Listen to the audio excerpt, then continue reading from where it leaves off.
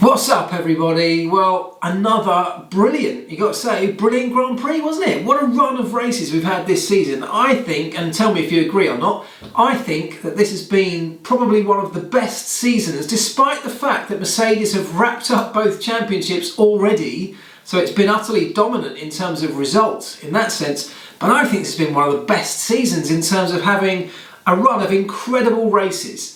Ever since that dull French Grand Prix at Paul Ricard, we've had almost all of them have been pretty much spectacular since then, with just very few exceptions. So I think we've been treated to some wonderful racing, and again this weekend. Slightly ironic, isn't it, that we're all talking about this desperate need to revamp the sport, and yet it almost feels like the sport's in the best shape that it's been in for a long time in terms of the on-track action.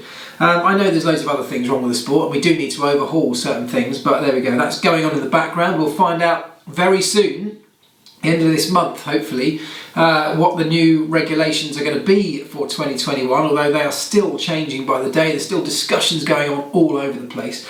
But anyway, that is the subject of perhaps another video entirely. Let's talk about the Japanese Grand Prix, because I loved it. I hope you did too. Strange weekend, wasn't it, with Saturday being cancelled. Kind of helped me out because I was in Belgium on Saturday and I'd have struggled to watch it all live anyway. So what did you get up to? You had a day off. Formula One, hardcore Formula One fans, you had a day off on Saturday. What did you do? Nothing on telly, no Formula One on TV. I know lots of you watched a rerun of the 2005 Japanese Grand Prix because loads of you tweeted me or Instagrammed me pictures, screenshots of me celebrating in the garage when Kimi won that brilliant 2005 Grand Prix, when he overtook Fisichella on the final lap, having started 17th. An incredible moment of my career, and I will never forget it. And it triggered, if I remember rightly, a 3-day absolute celebration bender, which started in Japan, continued on to Shanghai, and I mean the rest is well, it's history. But it was a mega few days, I can assure you. Anyway, let's get on to the Japanese Grand Prix. Loads of questions, and just on the subject of that 2-day weekend. Martin Strumpfer says, does this 2-day weekend show that F1 can improve the sport by removing the team's ability to calmly prep race and tyre strategies based on their quali performance? I don't think that the fact that Saturday was cancelled was the reason we had a great race on Sunday, but absolutely, I think we should be minimising the control and the preparation time that the teams have, minimising the simulation that the top teams are able to employ over and above the smaller teams, giving them that big advantage. So yeah, there's something in that, Martin, and I think it looks like we are going to condense the race weekend in 2021 and beyond. Anyway, loads of wicked questions to get through, lots of controversy, so we've generated quite a lot to talk about, so let's get into it. Welcome to another Ask Elvis.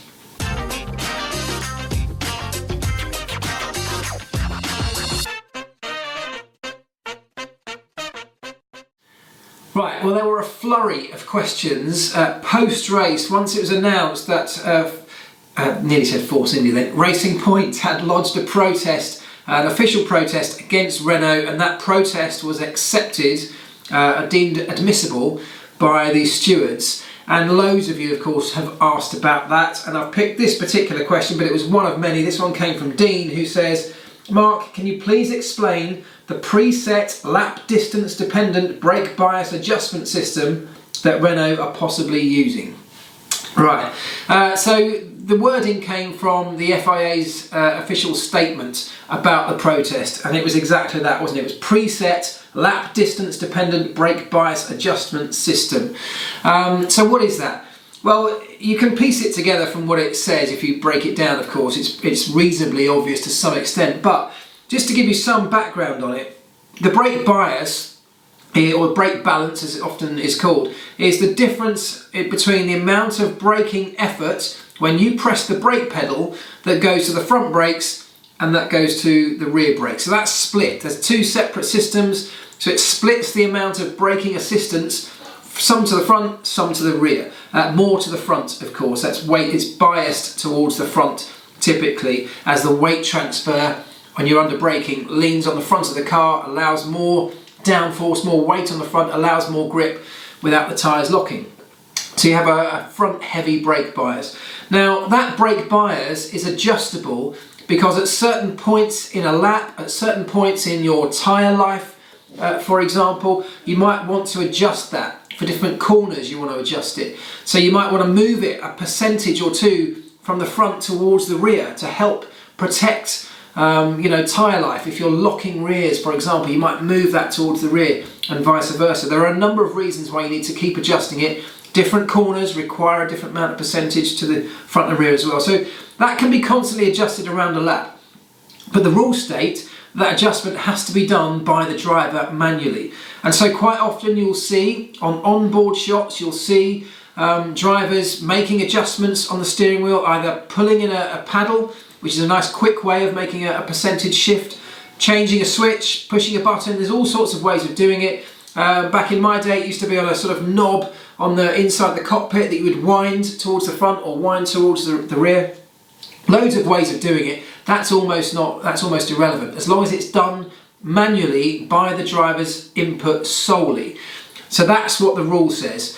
Now, there's another element to this system, of course, with the hybrid systems, because the rear braking is done through the MGU, through the ERS system.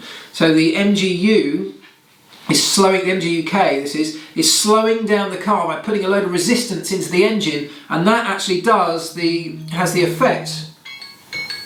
Phone's ringing, hold on. Oh, junk call. Junk call. So the ERS system, because it works on the rear axle of the car, and because that slows the car down, does a huge part of the rear braking. In fact, almost all of the rear braking when it's being used on the car. So that means that the mechanical element of the brake system, when you push on the brake pedal, instead of that hydraulic assistance going to the rear calipers and squeezing them, the ERS system bypasses, there's a little junction box that bypasses the hydraulic system, and the ERS system takes over the rear braking of the car.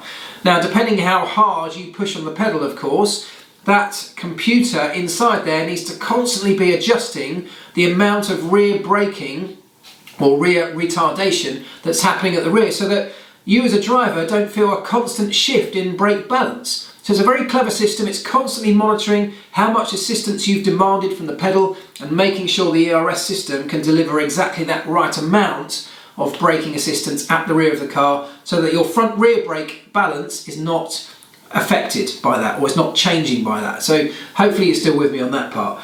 What that system, the ERS system, is doing is not changing the brake balance front to rear, because remember, that has to be done by the driver. So what's happening at Renault allegedly is that we have a preset. That means that this is a map.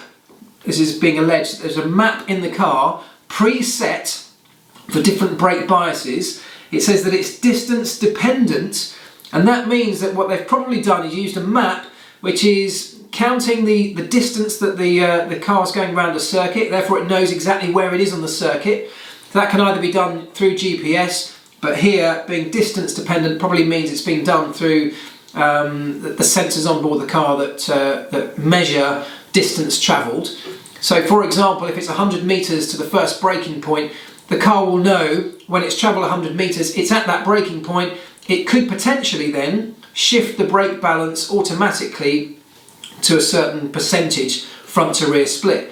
Now when it goes on another 350 metres, it knows that it's at, let's say it's at corner 2, perhaps at that point the system, the map, knows that it requires a slightly different brake balance for that corner.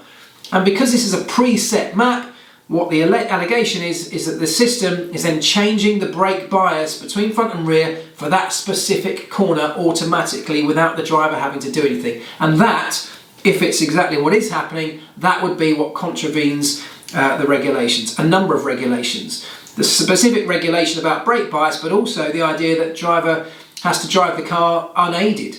So this would be deemed as a driver aid, and an illegal one at that. So that's what's happening according to the protest. That's what the allegation is. Renault say that that Racing Point put together a 12-page detailed document. So this wasn't something that was discovered at the Japanese Grand Prix, and post-race they thought, do you know what, I think we're right on that, we should put a protest in. This was very much pre-planned, something they must have known about for some time. And that actually triggers another question, which came from Keith Lamb, because he says, Hi Mark, how would Racing Point know or be aware of Renault using this preset brake bias equipment in the first place? Now that's a good question. How would they know? Well, there's a number of things. As I said before, you can always see the drivers making adjustments from an onboard view of the onboard camera from the car, which anybody has access to. You'll look at every car, they will have different ways of doing it, but you can see them making adjustments around a lap. You see Lewis doing it all the time. So maybe they've noticed from onboard that the Renault drivers are not doing that. Maybe they're not making adjustments manually, and you can obviously see that, and maybe that's triggered some kind of investigation from their side. Maybe somebody has moved between companies, you know, from Renault moving over to Racing Point and has that knowledge with them. That's entirely possible. It happens all the time. Maybe there's a whistleblower. Who knows? We don't know that information yet. It will all come out, I'm sure, in the fullness of time. But just on the same subject before we move on, there is another question from, who was it from? Hang on, let's see. It's from, here we go.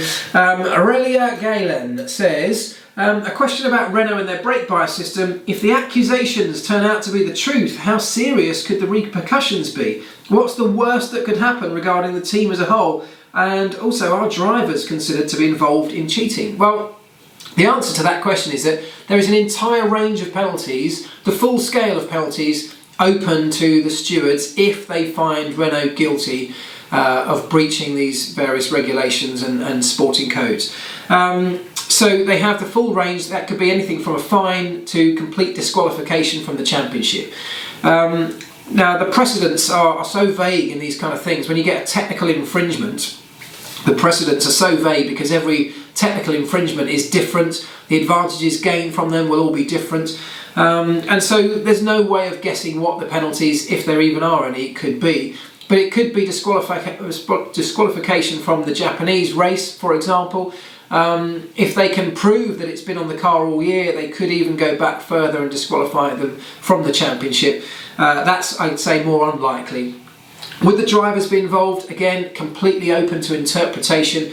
If you think back to our case in 2007 with the Spygate thing, the drivers were kind of let off, if you like, in exchange for information in the case.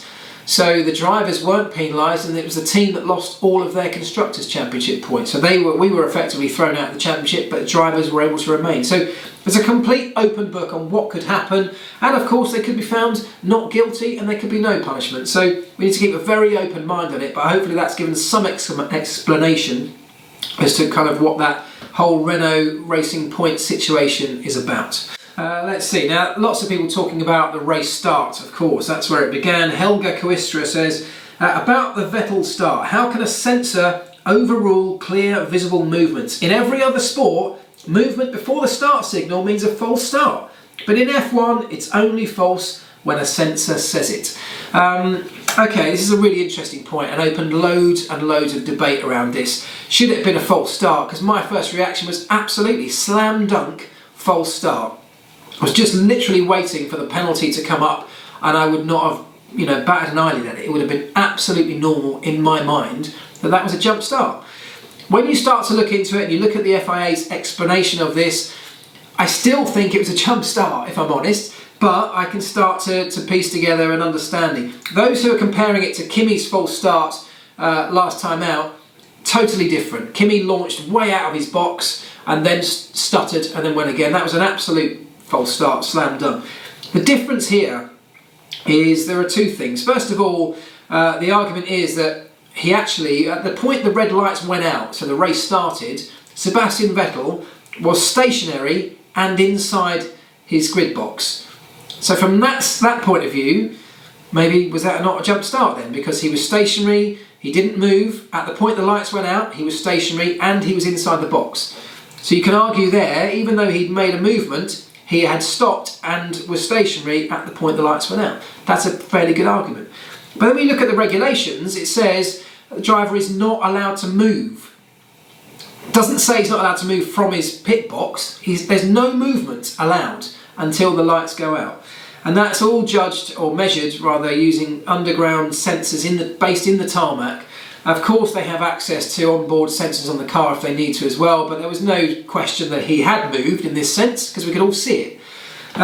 What the FIA is saying is that there is a tolerance that they allow for things like drivers adjusting their foot position on the brake pedal in the build up to the start, or adjusting, finding the clutch bite point. There's a slight tolerance for some movement.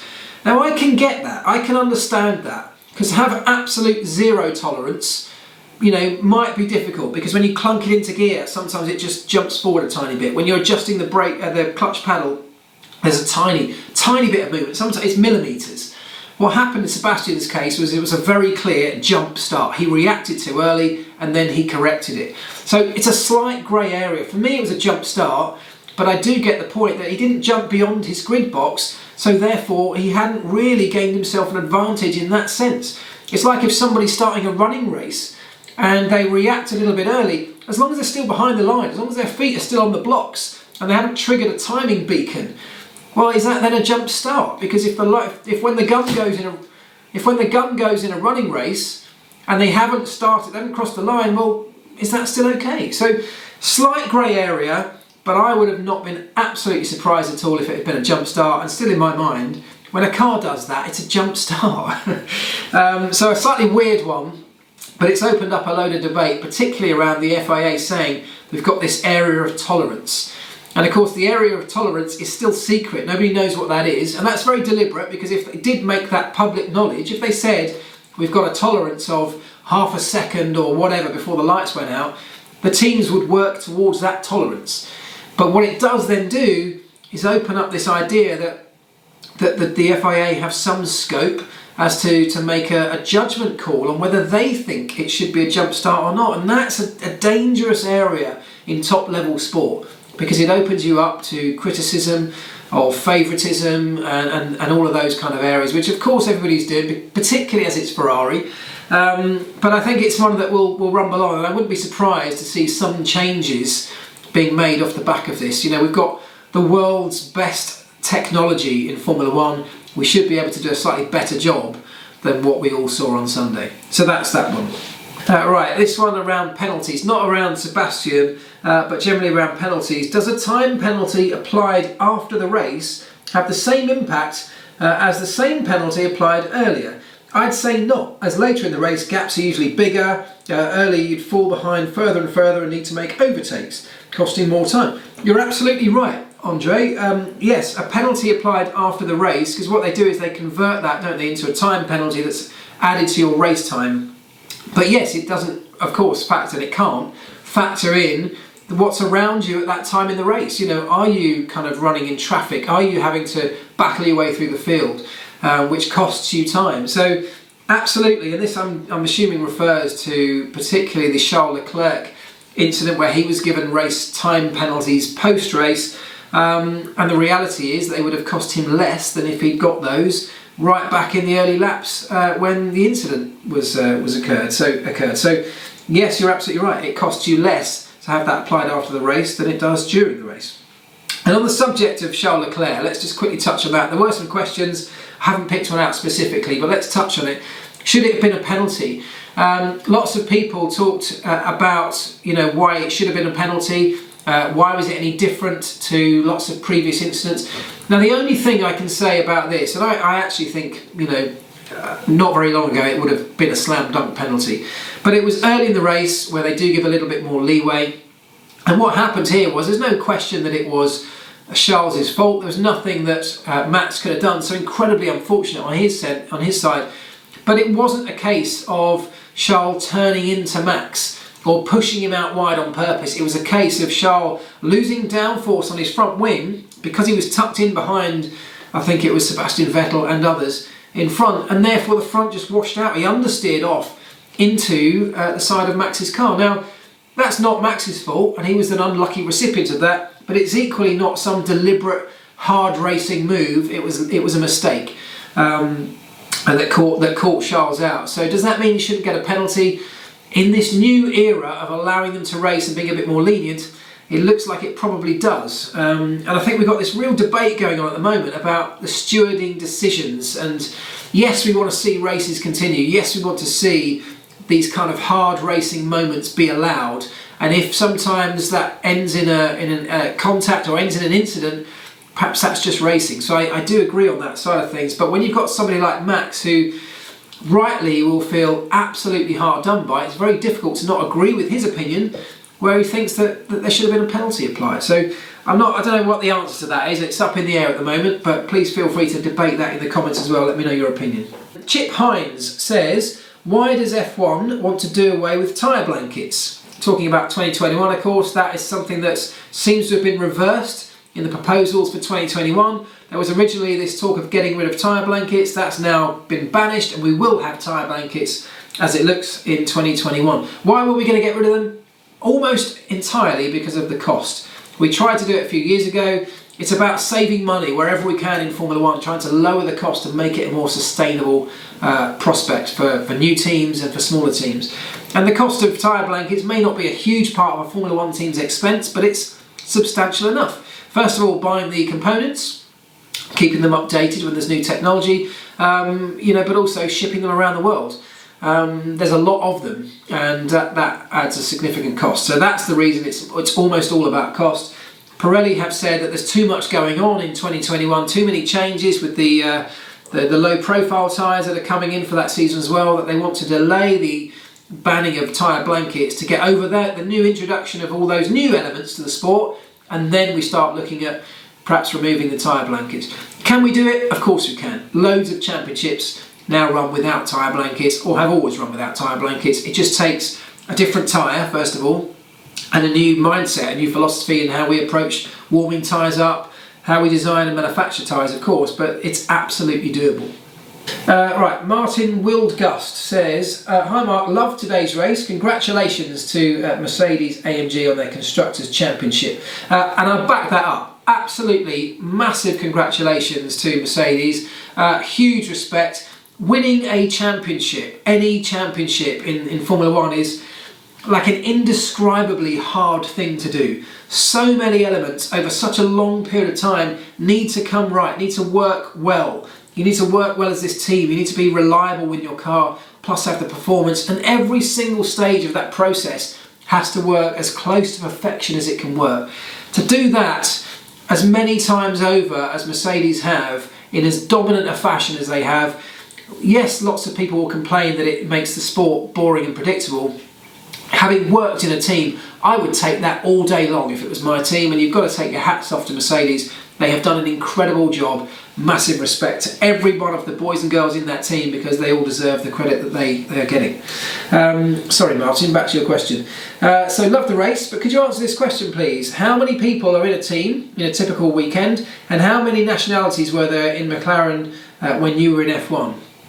So how many people are in a team is a bigger question, because of course the team is the people at the racetrack, but also back at the factory, and that can range from just a few hundred at the smaller teams to something like 1,500, maybe more, nearly 2,000 probably at the likes of Mercedes and Ferrari when you combine the engine and the chassis size.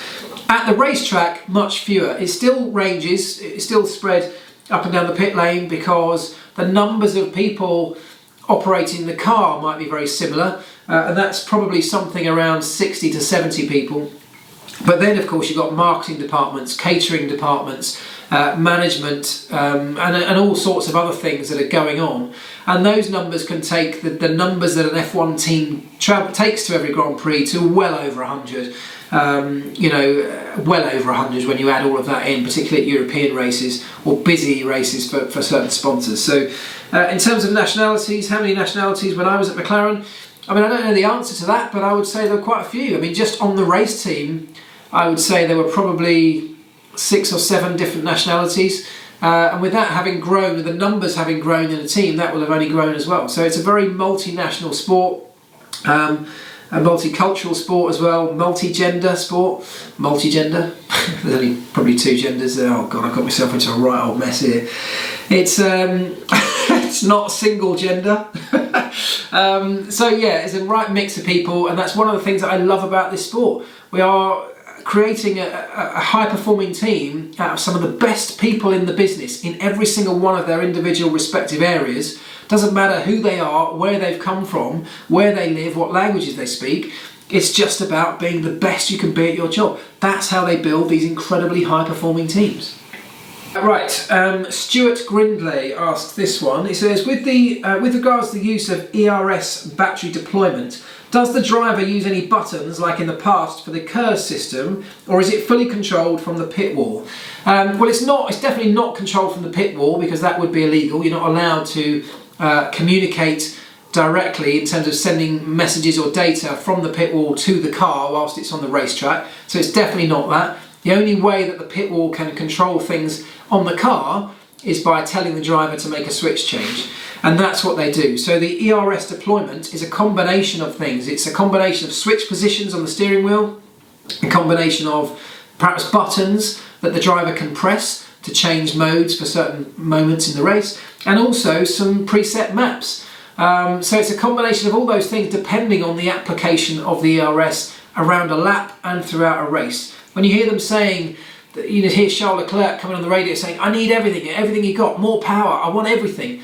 That's a combination of them turning up things like the whole power unit. So the ERS system giving maximum deployment, plus turning up the engine, internal combustion engine modes as well. They can be done through switch positions. There's an overtake button that most cars have, which is pretty much does what it says. So for a short period of time, you can press that button and it will give you everything that's available to you to give you maximum boost to either overtake or defend.